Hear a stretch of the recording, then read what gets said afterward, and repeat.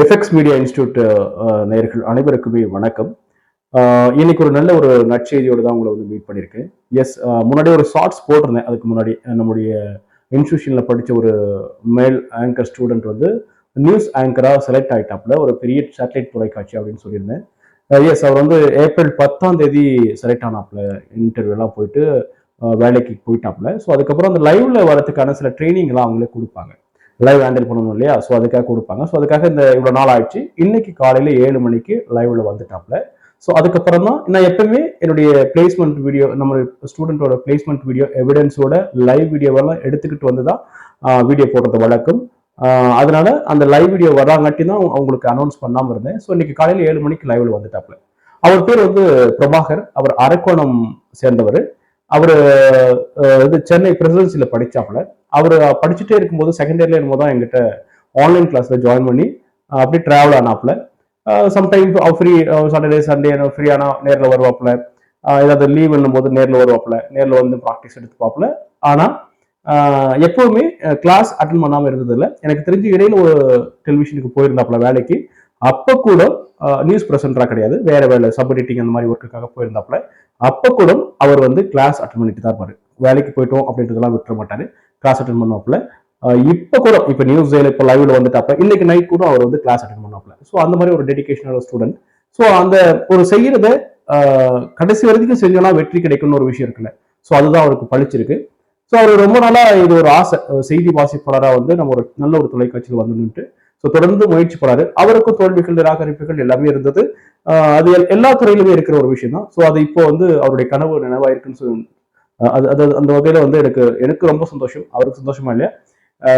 அது லைவ் வீடியோவை நான் ஷூட் பண்ணி வச்சிருக்கேன். அந்த ரெக்கார்ட் போட்டு வச்சிருக்கேன். அது உங்களுக்கு நான் ப்ளே பண்றேன். நம்ம கிட்ட படிச்ச வீடியோஸ் எல்லாம் இருக்கும். நம்ம சேனலுக்குள்ள போனீங்கன்னா பிரபாகரோட வீடியோஸ் எல்லாம் நான் ஷார்ட்ஸ்ல வச்சிருப்பேன். அந்த வீடியோவும் இனிமேல் அப்லோட் பண்ண பாக்குறேன். ஓகே, ஸோ இன்னைக்கு அவர் வந்து லைவ்ல வந்துட்டாப்ல. அவருடைய ஒன்றரை வருஷத்துக்கு மேல ட்ரைனிங் எடுத்திருக்காப்ல. அவருடைய ஒரு மிகப்பெரிய கனவு பழிச்சிருக்கு. ஸோ அதுக்காக ஒரு வீடியோ பண்ணணும்னு தோணுச்சு. அதே மாதிரி நம்ம இன்ஸ்டியூஷனை பொறுத்தவரைக்கும் உங்களுக்கு ரொம்ப நாள் ஃபாலோ பண்ணவங்களுக்கு தெரியும்.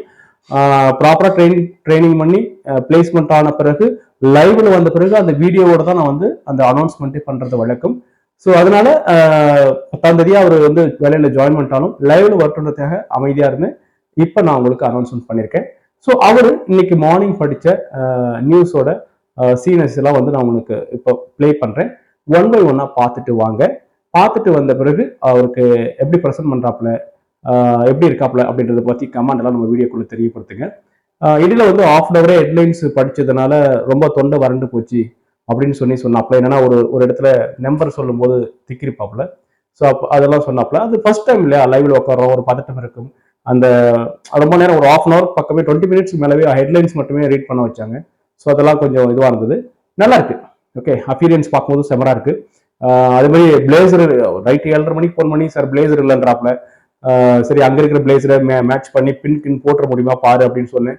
அப்புறம் எப்படியோ ஒரு பிளைன் ஷர்ட்லாம் எடுத்துட்டு போயிட்டு அங்கேயே ஜாக்கெட் வந்துருக்கு எடுத்து போட்டு கரெக்டாக மேட்ச் பண்ணி லுக் வைஸ் நல்லா இருக்காப்ல. ப்ரெசன்டேஷன் வைஸ் ரொம்ப பக்காவா ரெடி ஆயிட்டாப்ல. ஏன்னா அவர் எங்கிட்ட ரொம்ப ரொம்ப நாள் ட்ரைனிங் எடுத்து லாங் டேர்ம் ட்ரைனிங் எடுத்துரு. இந்த துறையை பொறுத்த வரைக்கும் ஒன்று தான் சொல்லுவேன் எல்லாருக்கும். இதுல லட்சியமா நினைக்கிற எந்த ஒரு துறையிலுமே ஷார்ட் டைம் கோலா யோசிக்காதீங்க. லாங் டைம் கோலா யோசிச்சா மட்டும்தான் சக்சஸ் கிடைக்கும். தொடர்ச்சியா பயிற்சி எடுக்கணும், முயற்சி எடுக்கணும், விடாமுயற்சியா இருக்கணும். கண்டிப்பா வெற்றி கிடைக்கும். ஓகே, ஸோ இப்போ பிரபாகரோட அந்த வீடியோஸ் எல்லாம் ப்ளே பண்றேன். பார்த்துட்டு எப்படி படிக்கிறாரு என்னன்றதை பத்தி அவருக்கு ஒரு வாழ்த்து சொன்னாலும் சரி, அவருக்கு ஏதாவது கமெண்ட் பண்ணணும்னாலும் கமெண்ட் பண்ணிடுங்க. மீண்டும் ஒரு நல்ல ஒரு வீடியோவில் நல்ல ஒரு சக்சஸ் வீடியோ அல்லது ஜாப்ஸ் வேகன்சி வீடியோவோட வந்து உங்களை வந்து மீட் பண்றேன். நன்றி. வணக்கம். நியூஸ் ஜே செய்திகளை வழங்குவதற்காக நான் பிரபாகர். விரிவான செய்திகளை பார்க்க இருக்கிறோம். அதற்கு முன்பாக தலைப்பு செய்திகளை பார்க்கலாம். திருச்சியில் அரசு பேருந்தில் இருந்து நடத்துனர் இருக்கையுடன் வெளியே விழுந்த சம்பவம் மக்கள் மத்தியில் அதிர்ச்சியை ஏற்படுத்தி உள்ளது. அரசு பேருந்துகளை உரிய முறையில் பராமரித்து பாதுகாப்பு பயணத்தை உறுதிப்படுத்திட விடிய அரசுக்கு அதிமுக பொதுச் செயலாளர் வலியுறுத்தல்.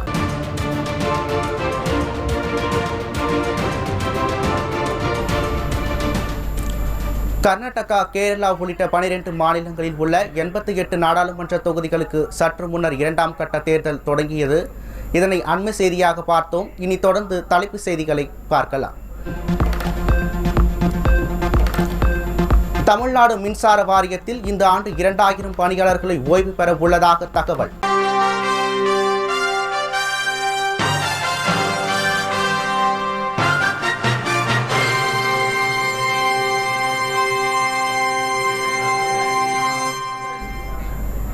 செய்திகள் தொடர்கின்றன. அரசு பேருந்துகளின் ஆயுள் காலத்தை முன்பிருந்தது போல் குறைத்து புதிய பேருந்துகளை வாங்க வேண்டும் என விடியாதிமுக அரசுக்கு அதிமுக பொதுச் செயலாளர் எடப்பாடி கே பழனிசாமி வலியுறுத்தியுள்ளார்.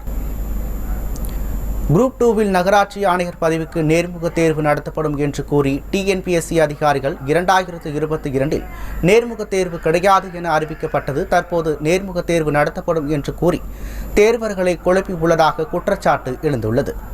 டிஎன்பிஎஸ்சியில் வந்து பார்த்தீங்கன்னா இருக்கக்கூடிய இந்தியாவில் இருக்கக்கூடிய அறிவுஜீவிகள் எல்லாமே டிஎன்பிஎஸ்சியில் வேலை பார்க்க